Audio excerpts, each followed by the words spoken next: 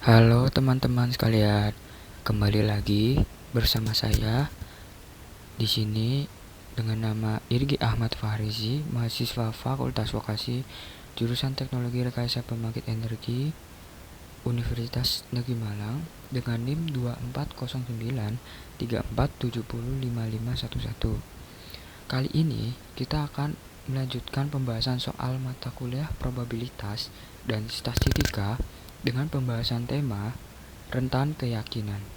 Sebelum kita membahas soal,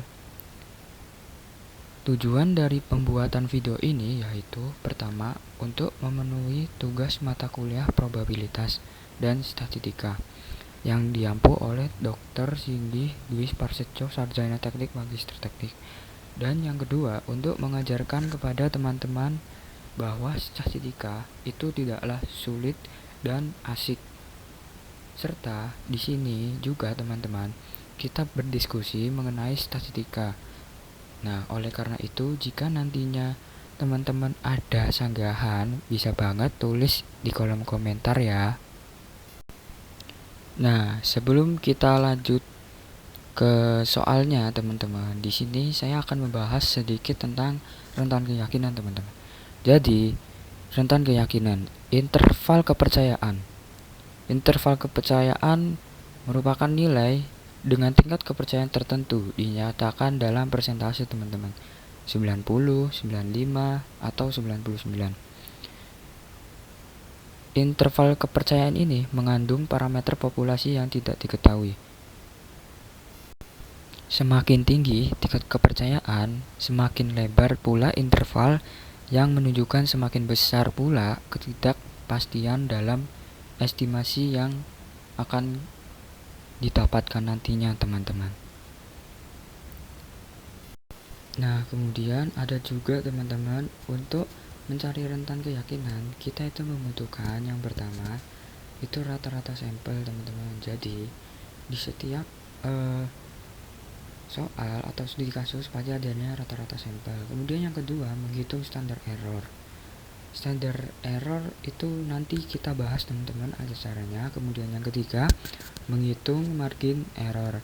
Margin error nanti juga kita akan bahas. Kemudian yang keempat, menghitung z-score atau t-score. Ini tergantung pada soal ya teman-teman, apakah dia menggunakan z-score atau t-score.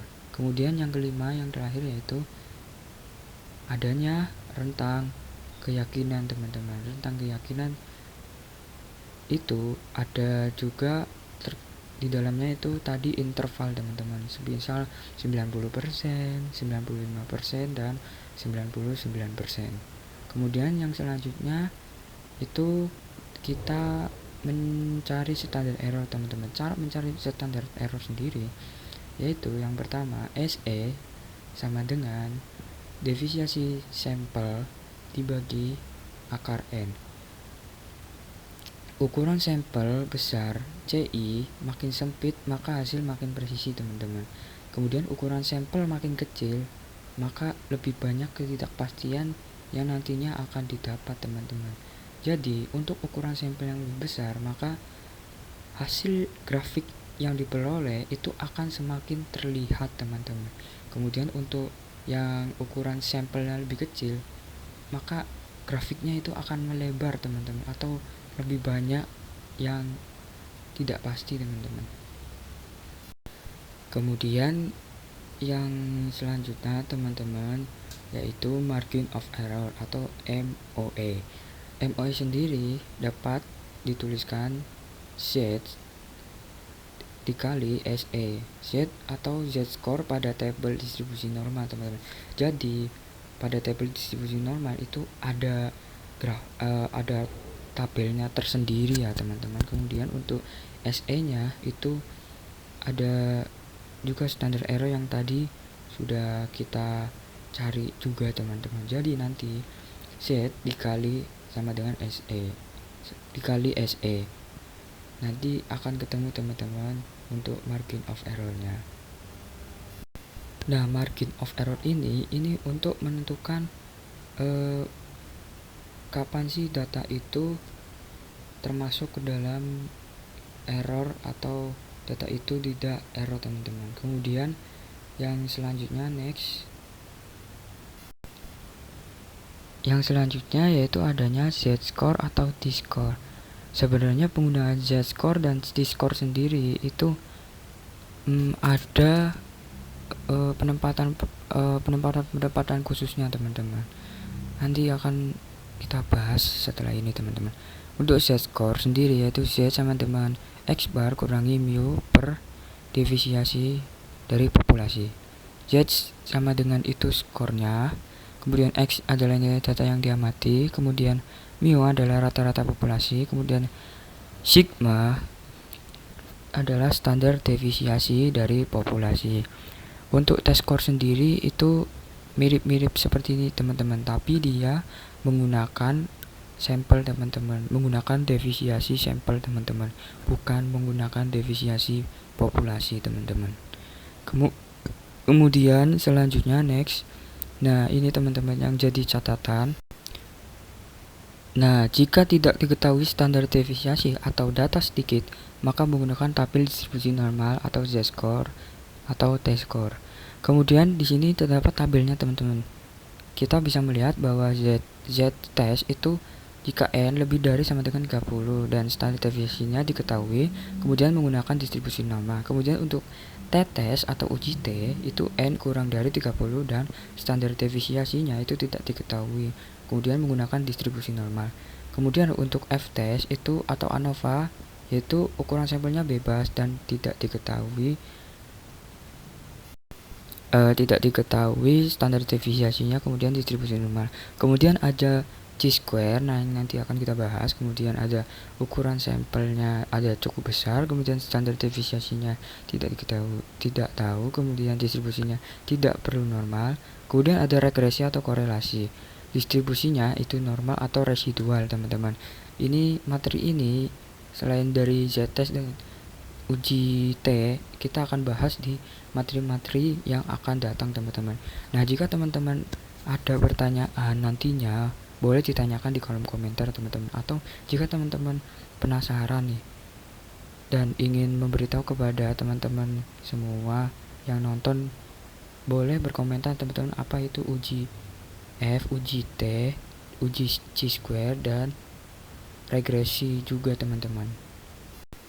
Oke, untuk yang selanjutnya teman-teman, di sini itu ada tabel uji Z teman-teman. Jadi cara menentukan nilai Z-nya itu yang pertama itu kita lihat tingkat signifikansi. Semisal 5% berarti 0,05 teman-teman. Maka kita lihat atasnya teman-teman. Kemudian untuk penggunaan untuk materi selanjutnya yaitu hipotesis teman-teman.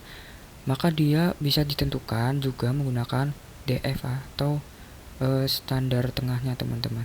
DF itu bisa dituliskan N kurangi 1 teman-teman. Jadi nanti kita bisa melihat dari DF-nya juga teman-teman.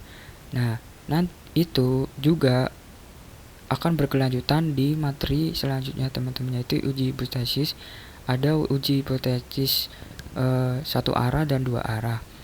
Dan itu akan mempengaruhi nilai uji Z-nya teman-teman, bisa plus ataupun juga bisa menjadi minus teman-teman, seperti itu. Kemudian untuk yang selanjutnya kita lanjutkan.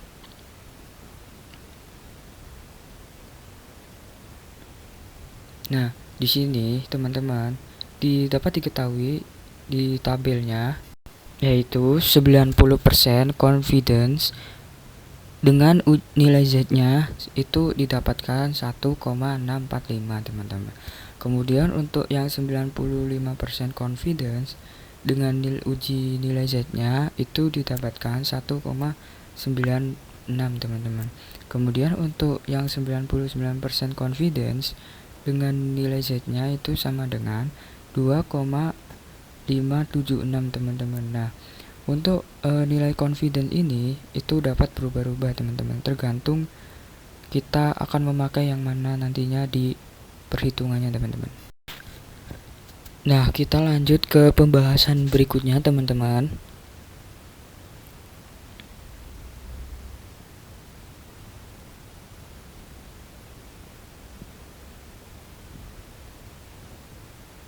Nah, di sini pembahasan yang sangat penting yaitu rentan keyakinan teman-teman atau confidence interval. Jadi CI sama dengan X bar plus minus MOE atau margin of errornya teman-teman. CI itu confidence interval tadi yang 90% teman-teman. Kemudian X barnya itu rata-rata sampelnya teman-teman. Kemudian untuk margin of error tadi sudah dikatakan Z dikali MOE teman-teman. Seperti itu. Kemudian next. Nah, seperti yang sudah saya katakan tadi teman-teman, jika tidak diketahui standar deviasi, maka dia menggunakan uji test score pada tabel distribusi normalnya. Dan tabel distribusi uji test score itu berbeda dengan tabel uji Z teman-teman. Nah, selanjutnya kita akan mengarah ke pembahasan soal atau kasusnya teman-teman. Nah, untuk soal ini yaitu sebuah perusahaan energi menguji efisiensi turbin air baru selama 40 hari. Hasilnya rata-rata daya listrik yang dihasilkan per turbin adalah 300 watt dengan standar defisiensi 10 watt. Tentukan rentan keyakinan 90% untuk rata-rata daya listrik sebenarnya yang dihasilkan turbin air tersebut. Maaf teman-teman, ada sedikit typo di penulisan soal. Nah, untuk soal seperti ini teman-teman akan muncul ketika kita sedang berada di posisi untuk mencari apakah kita mencari rentan keyakinannya teman-teman. Untuk rata-rata listriknya apakah dia benar ada yang dihasilkan itu 300 watt. Nah, seperti itu teman-teman. Lanjut ke pembahasannya teman-teman. Diketahui N sama dengan 40 turbin air dan rata-ratanya 300 watt. Kemudian standar defisiensinya 10. Dan untuk confidence levelnya sama dengan 90% teman-teman. Nah, untuk caranya sendiri kita dapat tuliskan teman-teman, yaitu untuk 90% itu dapat dikatakan tadi 1,645 teman-teman. Kemudian untuk margin of errornya kita dapat memasukkan nilainya yaitu Z dikali defisiensi sampel per akar N. 1,645 dikali 10 per akar 40, maka akan didapat 2,600 atau 2,60. Kemudian untuk rentan keyakinannya CI sama dengan X plus minus MOE atau margin of errornya sama dengan 300 kurang lebih 2,60. Nah, 300 ini teman-teman didapat dari tabel uji Z-nya tadi teman-teman, yaitu MOE itu Z dikali tabel uji Z-nya tadi teman-teman.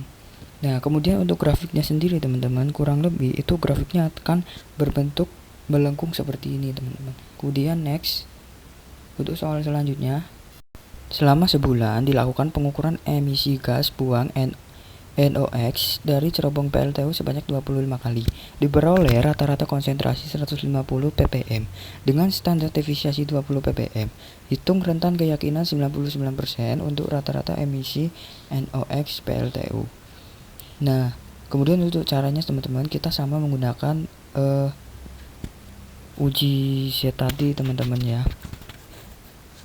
MOE itu sama dengan Z dikali S per akar N. Kemudian kita masukkan nilai-nilainya didapatkan yaitu nilainya 10,304 atau 10,304 ppm. Kemudian untuk CI nya sendiri kita juga masukkan teman-teman, maka didapatkan yaitu 150 teman-teman. Kira-kira seperti itu teman-teman pembahasan soal untuk materi kali ini teman-teman. Jika teman-teman merasa ada yang kurang dan teman-teman ingin menyangga, silakan bisa berkomentar di bawah ya teman-teman. Kemudian jika teman-teman ingin bertanya, silakan juga bisa berkomentar di bawah ya teman-teman. Nah, sebelum kita menyelesaikan video kali ini, mari kita masuk ke kesimpulan teman-teman. Nah, jadi kesimpulannya teman-teman, kita harus mencari margin of errornya terlebih dahulu. Kemudian kita cek apakah dia menggunakan uji Z atau uji T teman-teman. Nah, nilai-nilai uji Z dan uji T tersebut nanti akan berbeda teman-teman ya. Kemudian setelah itu kita harus menghitung nilai CI nya teman-teman atau rentan keyakinannya teman-teman. Sepertinya cukup sekian dari video saya kali ini teman-teman. Saya akhiri. Semoga teman-teman dapat memahami dan video ini bermanfaat bagi teman-teman sekalian. Terima kasih sudah menonton teman-teman. Sampai ketemu di pembahasan selanjutnya. Xie xie.